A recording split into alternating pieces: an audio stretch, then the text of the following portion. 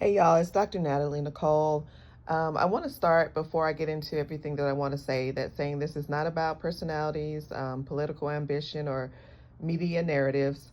It's more about process, accountability, clarity, and honesty with the public. It's very important to me that our community is not manipulated or bamboozled, for lack of a better word, with narratives from our elected officials or those who are running to be in an elected position.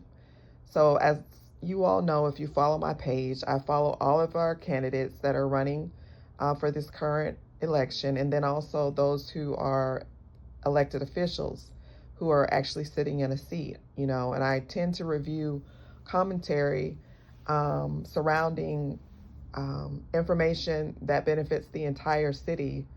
Um, and some of the discourse, I find it to be unfortunate.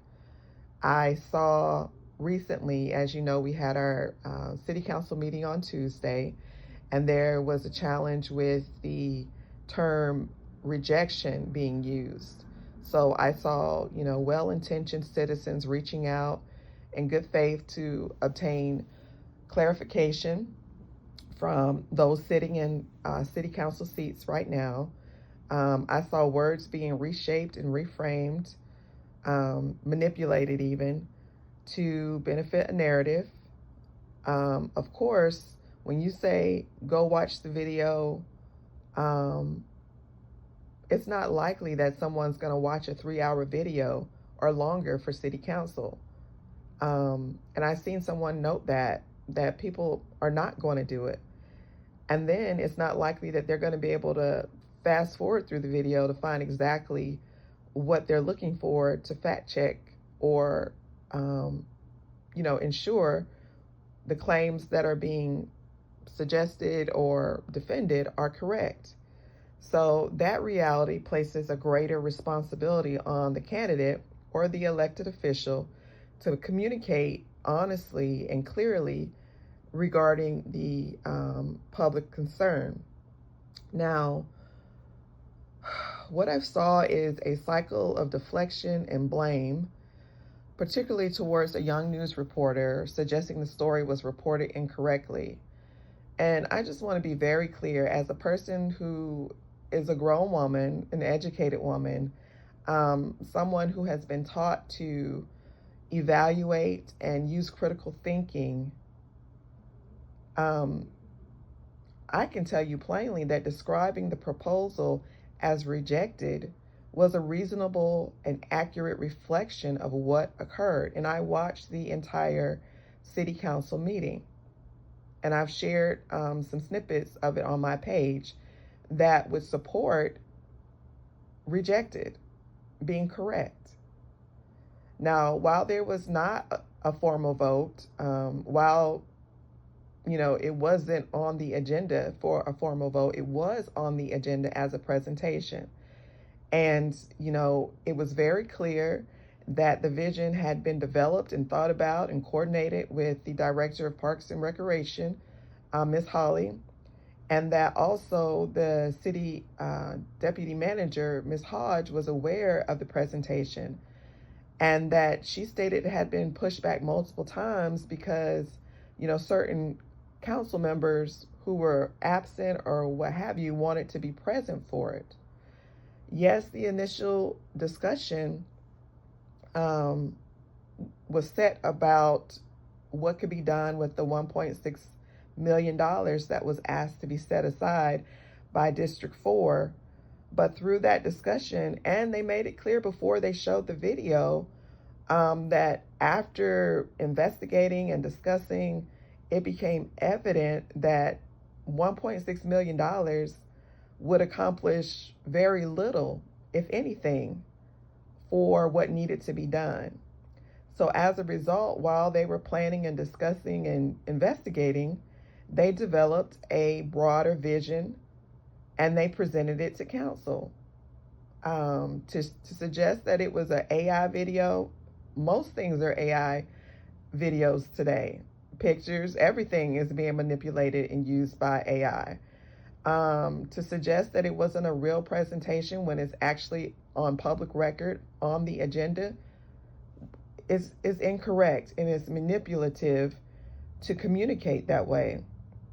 Now, when the estimated cost, and this person, Mr. Scott, was asked, what's the price with this video, he stated approximately $140 million, which the overwhelming response from most of the city council members was, we can't afford that.